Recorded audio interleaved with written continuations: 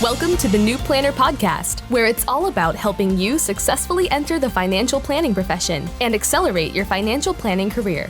This podcast will help you understand the profession, become familiar with the various career paths available to you, and avoid the mistakes that limit your success.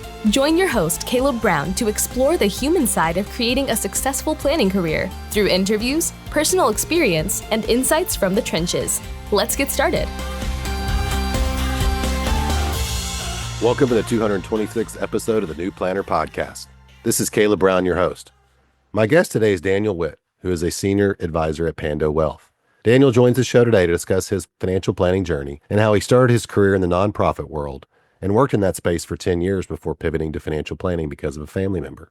Daniel shares how he started the CFP coursework while living in Nepal, how he passed the CFP exam, and found his first position as an associate financial planner that has been a great fit. Stay tuned to the end as well to hear how he was able to work his way up and grow along with his current firm and some tips for new planners. I hope you enjoy this episode with Daniel Whitt. Hey, Daniel, welcome to the New Planner Podcast. Hey, Caleb, just a gift and pleasure to be here. Well, I know we've been working on this for a while, and I had to have you on. One of your coworkers, I think it was your boss at the time, sent me an internal Slack message description that you guys had, our conversation that you guys had, and one of your career goals, I couldn't believe it when he sent this to me, was to be on the New Planner Podcast. So, wow, that's super flattering. Thank you so much. And here you are. So we want to learn a lot about you, and this is going to be fun.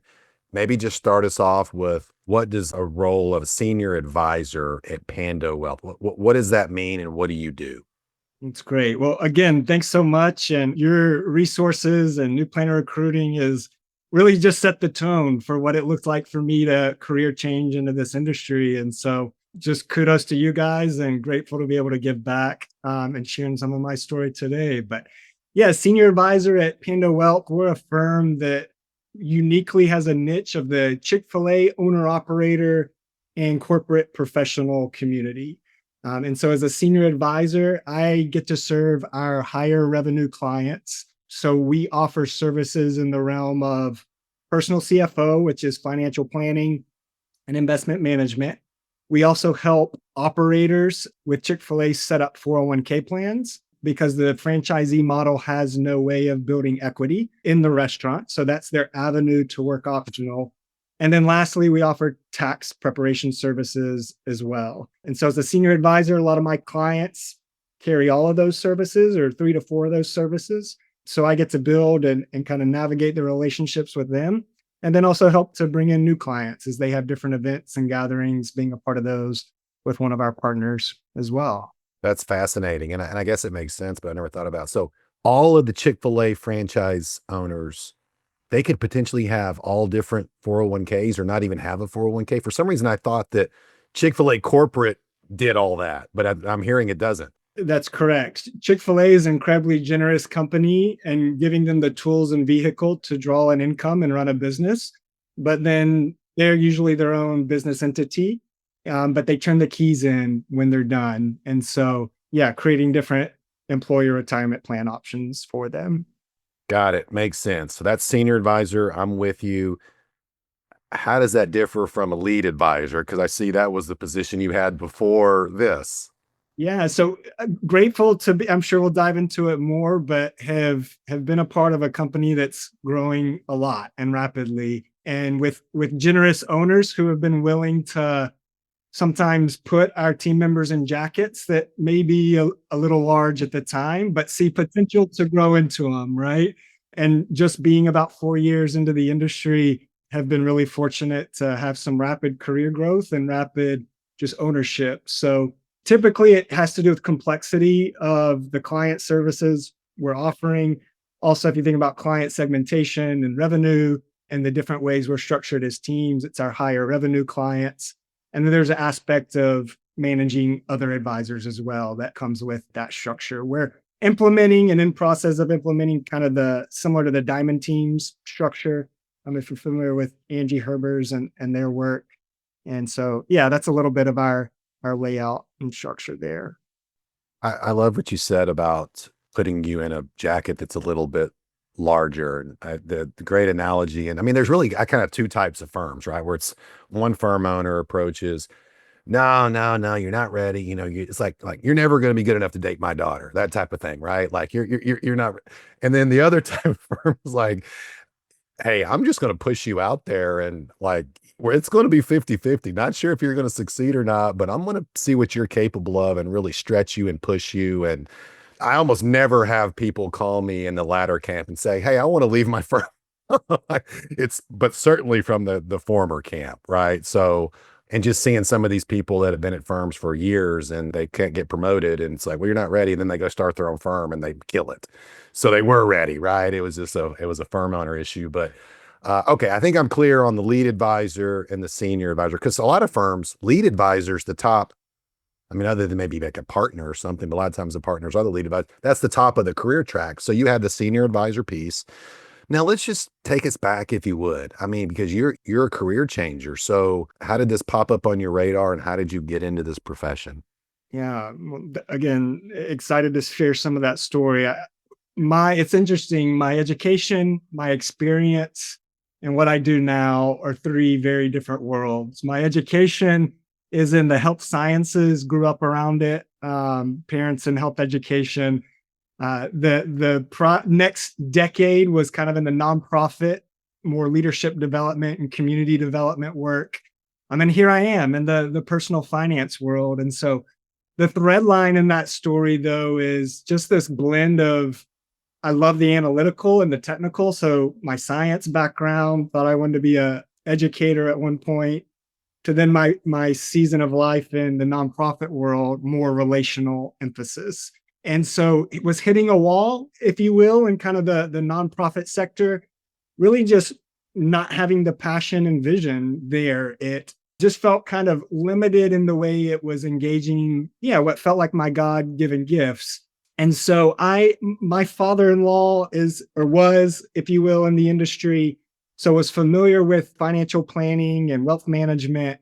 And so he's a huge mentor of mine, and just began some conversations of, hey, let me understand this industry more. Let me kind of tap on this spring, this well, and see what bubbles up. And that's how I came across, your story, Caleb, and what you're up to here with New Planner Recruiting, others like Michael Kitsis and Alan Moore on XYPN. And so really just the more I pressed in to discover what this industry was all about, the more I saw, man, it's this beautiful blend of relational and analytical as well. So that's what kind of started the ball rolling. We were living in Kathmandu, Nepal at the time, about 5 years ago. So small country that sits in between India and China. And uniquely, I began my CFP coursework January 2020. Because of the time change, I would have to get up at like 4:30 in the morning to join the webinars. But from January then to sitting for the exam in November, worked through my coursework, and eventually was fortunate enough to pass the CFP upon our return back stateside. Oh, okay. Wow. There's a lot to unpack there. Catman. So Everest, you're over by Everest, right? I mean, Right. I've got to ask. I mean, our audience is dying to know. Did you get to base camp or deal with the mountain at all? Yeah, never went to base camp, went to a lot of other remote, incredible areas further north and to the west, but no trip to base camp, more off the beaten path. I did Kilimanjaro a few years ago, and I had somebody tell me that they're like, yeah, we did Everest Base Camp, which is basically the summit, like where Achilles Summit is. And they're like, we did, and we were up there for like a week, and like it felt miserable the whole time. We just wanted to get out of there. It's like the worst week of my is what this guy was telling me, and I can relate to that a little bit. So so you started right before COVID hit. You went all through COVID, then you got the work done, and you said you took the exam in November after starting the coursework in January. I did. COVID kind of shut down a lot of our work internationally. And so it freed up my time to devote to CFP coursework. And so I kind of made it a full-time job, if you will, kind of cranking out coursework and exam in about, what would that be, 10 months or so. I get asked about the timing all the time. Great. I mean, I know that the circumstances were a little different, but great work. I mean, that's like the ultra accelerated program there. So boy, the timing worked out. Okay. So you passed the CFP, and then did you say you moved back? Yeah. So again, the more I kind of pressed on this door, the more it felt like, man, this feels like a true kind of calling and an alignment of purpose. A part of that story was just talking to lots in the industry, listening to podcasts, reading books, and I wrapped up coursework, and then our commitment ended in Nepal, and we moved back stateside. That was what it would have been August. And then 2 months later, I sat for the exam in November. And once I passed, the focus shifted to, all right, let's get on the job hunt and see what opportunities are out there for a career changer from Nepal. Wow. Okay. So you passed the exam, then you started the job. And I like, I mean, I think that's what I try to tell people mostly too is, get the last thing you want to do is start a job that's going to be, at least with my clients, I mean, very high expectation. You're going to learn a lot, but there's going to be a lot of require, and then go home and study for the CFP 2 or 3 hours a night. Like that is usually for most people not a plan for success. So get it knocked out, then start your job. That's kind of what I did when I was coming out of undergrad a long time ago. Just walk us through the job search. I mean, how did you decide what firm you wanted to go to, what fee structure, what channel? I mean, there is a lot to look at out there. Yeah, great question. I would say with listening to different podcasts, reading, and then doing a lot of just informational interviews, anyone, regardless of what camp they fell in or where on the spectrum in the industry they fell, saw every single conversation I could have as there was something to learn, whether they sold insurance or they were fee only, AUM, or subscription based. There was always a nugget I could take from a conversation. And so a lot of that journey was an aspect of like even believing myself. There was this, I had to, as I believe that I could do this as a career changer from Nepal without a finance degree, I could help others see and believe that too. What was interesting though, not every firm I talked to had that same posture and belief. Not to name names, but I remember talking to one firm owner and it was like, you just came from Kathmandu after 5 years. I'm not going to talk to you, right? That was interesting, but I had listened to enough resources and others in the industry that I knew there was a pocket out there that could see the value to for what I brought from a decade's worth of non-traditional experience for your typical financial advisor. So here you are. I mean, you're trying to transition at 10 years out of so early 30s or something like that. And yeah, so that's you're definitely a different candidate than someone coming right out of an undergrad program, right? That doesn't have near the life experience that you may have had. So is that one of the things that you leveraged in sort of getting in front of some of these people and talking about that? I think so. I think a big aspect too was having worked internationally. That's just came with so many host of amazing yet also challenging experiences of working cross culturally, different personalities from, managing people to managing projects as well. And so in a sense, inviting hiring managers or other advisors into to seeing that story and understanding that story and being able to tell it in such a way like, hey, here's this journey I've been on, and here's how I think it can add value to the clients that are part of your firm. So what role did you start in at Pando? Started in an associate, what we called an associated advisor role. And you just talk to us about that. I mean, what does that mean? Because unfortunately, that means something different at every firm. Exactly. So what that means, or meant at least at that time at Pandowealth, a lot of doing the kind of technical planning work, developing plans, tax planning analysis, e-money, a lot of what you for more planner type work or pair planner type work. It also included some client service work, whether it was rollovers and transfers, account openings. At that time, we were a firm of about 10 to 12, I would say. And so everyone's still wearing multiple hats.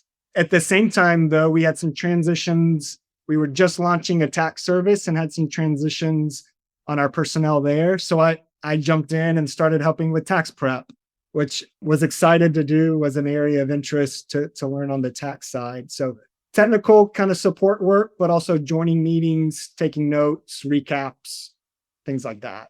That's something I want to highlight. You just said, hey, I'm kind of new. I'm doing my associate advisor role over here, learning. They just launched a new service. I jumped in. to help. I rolled up my sleeves. Why didn't you just say, no, it's not my job. I don't want to do that. I'm doing this over here. Yeah. Part of it was interest in the subject matter. Living internationally presented a host of tax complexities. And I also saw the value that taxes are kind of this puzzle that can unearth planning opportunities. And so really saw it as a way that it would broaden my knowledge in a deeper way than maybe my CFP had done or had done Kitsis's tax course coming into starting as well. And two, we have a firm value of better together. And it was an area that I felt like I could serve, would learn a lot, and just expand my knowledge and breadth from that end as well. Okay. So you're doing the associate planner stuff. You're doing some, I guess you're just, you added a tax prep for your Chick-fil-A clients. So you could do it for their personal and their business, right? Is that kind of the way it works? Exactly. How long were you in that role? And then what did you move into? Yeah. So I was in that role for probably about a year. I mean, my role trajectory is a pretty rapid one. You can probably see from whether it's LinkedIn or Journey there. From there is more of a, what at the time we referred to as a service advisor. So beginning to join, support more meetings, owning follow up and prep as well, beginning to engage in those clients meetings more, and share deliverables that we may have particular client. My tax responsibilities as we brought on a director of tax slowly over the next couple years started to fall off from a preparation standpoint. Now we've got 7 CPAs on our team. And so, but it was equipping even that hire for, okay, here's how we run things from a process standpoint. While I didn't have the subject matter expertise, that freed me up to then move into, okay, these more holistic planning and investment relationships. And also too, beginning to learn our 401k arm because it operates a bit uniquely as well. Gotcha. Okay. So before we go too much further, I mean, here you are living in Nepal, doing all this cool stuff. Looked like you were doing a bunch of stuff in Montana at some point. I mean, mountain sort of just, outdoor type. Like, and how was the adjustment going to like a, office? I mean, just sort of plain vanilla office job. Like, how did you make that transition? I'm glad you asked that, Caleb, because it was a bumpy one to start. Reentry is a very real thing. Culture shock is a very real thing, even if you're not moving from one side of the world to the other. If you're going from a college student to now an employee at a firm, right? That's a shift in rhythms and what community looks like. And so I'll be transparent. About 6 months in, I was granted from our owners encouraged to take a week leave to just take a deep breath. I kind of hit a second wall of adjustment. We had just chosen a location to live. Since we're a remote company, that was another transition, was finding, okay, where are we going to live as a family? I was in a new career, a new position, new community, and just trying to figure a lot out and putting too much on myself. And our owners saw that in a really gracious way. Were so encouraging and affirming of the work I was doing, but also said to me really directly, Daniel, we care just as much about who you are at home as who you are at the workplace. And it's clear there's a lot of adjustment you're still navigating. And so was just given a week there. And that was a refreshing time as a person of faith to have the Lord kind of fill my cup in a way that I had emptied it out. And that kind of both affirmed, man, this is the right bus that I'm on, but also too kind of energized me to come back, step back in and think about the long term. How do I not grind myself to the ground while continue to advance in my career and trust that, yeah, I was in a place that was going to take care of me as well. Says a lot about the firm culture. Really cool. All right. So you came back, you're re-energized, you're refocused, you're refreshed, and then you get back to the service advisor role. When did you start just working with clients all by yourself? Was that the lead advisor that we talked about earlier? It was. That's when that began to transition. We had a season before we were able even to hire some more advisors where any new client we were adding on, which, as I mentioned, we've had some rapid growth. So that was about, call it an average of 5 a month. They were coming to me. And so I would have support from another advisor as I kind of found my own rhythm and confidence in that space. But as a lead advisor is when I started to own individual relationships more directly for my own. So I just want to make sure. So 5 new clients were coming to you per month. The past few years, we've been adding, anywhere between 40 to 60 new clients, planning clients a year. And so, yeah, it was a season that was full to say the least, but was also seeing some of my other responsibilities dial back that freed me up to own these client relationships. I mean, if I did the math right, I mean, you had less than 3 years of experience in the field before you were promoted to lead advisor. So back to our like putting the bigger jack. I mean, how did that make you feel? I mean, did you have some feelings like, man, I'm not sure I can do this. I'm not sure I'm ready. Yeah, definitely. There's that tension of am I fooling myself and everyone else as well? At the same time, too, like seeing the trust that the other advisors, that the team had in me, and the encouragement. I think again, leaning some on the international experience, and this came into play as I was doing coursework and CFP studies as well.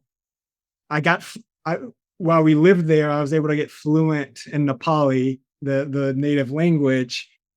And literally it was like, okay, if I can learn another language, okay, I can do this too. But one thing I drew from that was my tendency when language learning was to just like, man, I could stay in the books all day. I could do flashcards all day. And coming into this industry, man, I could run plans all day. I could I could study the technical and run the analysis all day, but I got to get out there, right? I got to have those reps. I got to jump in and take those chances and use it, right? I got to speak the Nepali to the shop owner, not just memorize the flashcards. Hey, I've got to get out there and be confident to lead this vision meeting, and ask that thoughtful follow-up question to really press in and feel like I was growing at the pace I needed to for the point of our illustration, the coat size that was being given to me. I mean, 4 years in, I'd say you've accomplished quite a bit. So good work on. I mean, it looks like it's worked out well for you. But I am curious. I mean, and look, I'm a big believer on the niching thing. I mean, it's worked out very well for me in the recruiting business. Um, do you ever get bored and tired of just seeing the same old Chick-fil-A stuff every day, all day long? That's a great question. And the beauty is there's still individuals, right? And so even if there is a space, and we say this to clients and say, hey, we're definitely going to look at what we know other operators are doing and what can we copy paste because it makes sense for you. But we also know you're on your own journey and your North Star might look different than someone else's. And we want to understand that. And that brings a host of, of nuances, personality, or even goals and what they're trying to accomplish as well. And you've maybe have touched on this throughout the episode, but what's been the funnest part, your most favorite part about the last 4 years? Yeah, I think where I've had an opportunity to see our hope is to be a family office that is serving, generations up from current clients, generations down. And uniquely the opportunity I've had to serve, say, parents and kids and yeah, just see the bigger story that they're trying to write for themselves and be a part of that, not just for generation one, but to a degree have influence on generation two, knowing the reality that generation one is going to pass on a degree of assets, right, to generation two. But I'm getting to be a part of the early foundation that, yeah, they receive that and navigate that in wisdom and with a heart of purposeful living and giving as well.